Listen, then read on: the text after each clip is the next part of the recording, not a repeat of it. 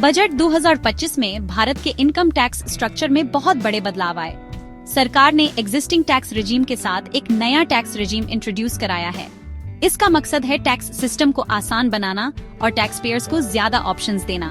दोनों ही रिजीम्स के अपने अपने फायदे और नुकसान हैं। इनको समझना बहुत जरूरी है इफेक्टिव टैक्स प्लानिंग के लिए। ये एनालिसिस दोनों ही टैक्स रिजीम्स को एक्सप्लोर करता है और आपको इन्फॉर्म्ड फाइनेंशियल डिसीजंस लेने में मदद करता है। नया टैक्स रिजीम कम टैक्स रेट्स और एक सिंपलर स्ट्रक्चर ऑफर करता है। इसका मकसद है अक्सर टैक्सेस से जुड़ी कम्प्लेक्सिटी को कम करना। वहीं दूसरी तरफ पुराना टैक्स रिजीम अपने कॉम्प्रिहेंसिव डिडक्शन और एग्जेम्पशन बेनिफिट्स को रिटेन करता है। यह रिजीम उन इंडिविजुअल्स के लिए फायदेमंद है जो इन डिडक्शंस को मैक्सिमाइज करते हैं।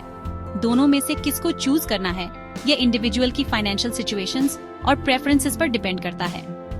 इनकम लेवल, इन्वेस्टमेंट एपेटाइट और स्पेंडिंग हैबिट्स जैसे फैक्टर्स इस डिसीजन में बहुत इंपॉर्टेंट रोल प्ले करते हैं। आइए हर एक रिजीम को डीपली समझते हैं ताकि उनके फीचर्स और इम्प्लीकेशंस को समझ सकें। नया टैक्स रिजीम अपने स्ट्रेट फॉरवर्ड अप्रोच के लिए जाना जाता है। इसमें पुराने रिजीम के मुकाबले कम टैक्स रेट्स हैं। यह उन इंडिविजुअल्स को अट्रैक्ट करता है जो सिंप्लिसिटी चाहते हैं। हालांकि यह सिंप्लिसिटी डिडक्शंस और एग्जेम्पशंस की कीमत पर आती है। इसका एक की फीचर है इनकम टैक्स के लिए हायर स्टार्टिंग पॉइंट। इसका मतलब है कि इंडिविजुअल्स एक सर्टेन लिमिट तक टैक्स फ्री इनकम एंजॉय कर सकते हैं। इसका एक और नोटेबल फीचर है limited number of deductions available होना। हालांकि यह टैक्स फाइलिंग को सिंप्लीफाई करता है, लेकिन यह सभी के लिए सूटेबल नहीं भी हो सकता है। नया रिजीम मेनली उन इंडिविजुअल्स को बेनिफिट करता है जिनके इन्वेस्टमेंट और एक्सपेंडिचर पैटर्न्स मिनिमल हैं और जो डिडक्शंस के लिए एलिजिबल हैं।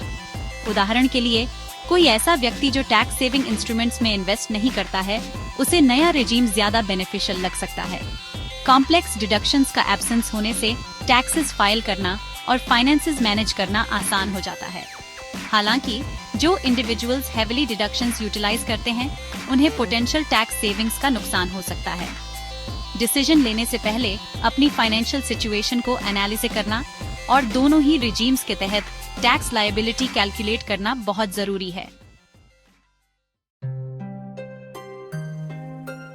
नए रिजीम के इंट्रोड्यूस होने के बावजूद पुराना टैक्स रिजीम आज भी कई लोगों की प्रेफर्ड चॉइस बना हुआ है। यह मेनली इसके कॉम्प्रिहेंसिव रेंज ऑफ डिडक्शंस और एग्जेम्पशंस की वजह से है। ये डिडक्शंस इंडिविजुअल्स को अपनी टैक्सेबल इनकम को सिग्निफिकेंटली रिड्यूस करने का मौका देते हैं। पुराने रिजीम के तहत tax payers income tax act के डिफरेंट सेक्शंस के तहत डिडक्शंस क्लेम कर सकते हैं।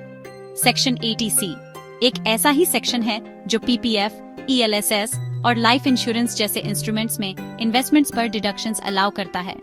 यह सेक्शन लॉन्ग टर्म सेविंग्स और फाइनेंशियल प्लानिंग को एनकरेज करता है।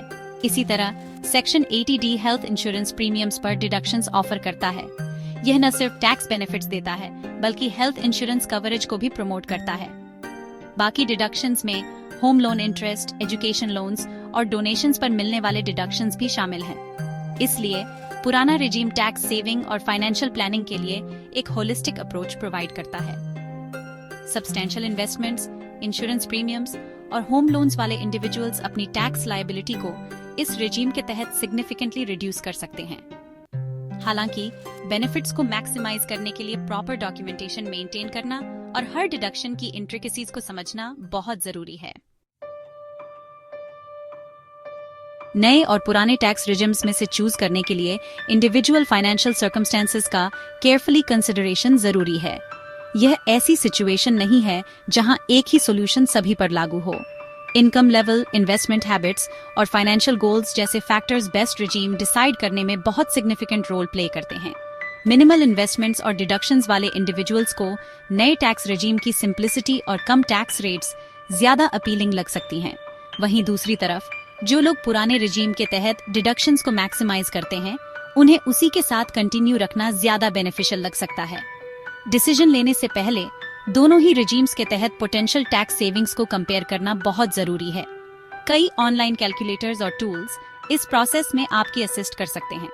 इसके अलावा किसी फाइनेंशियल एडवाइजर से कंसल्ट करने पर आपको अपनी स्पेसिफिक फाइनेंशियल सिचुएशन के हिसाब से पर्सनलाइज्ड गाइडेंस मिल सकती है। अंत में चुनाव आपकी इंडिविजुअल नीड्स और प्रेफरेंसेस पर डिपेंड करता है।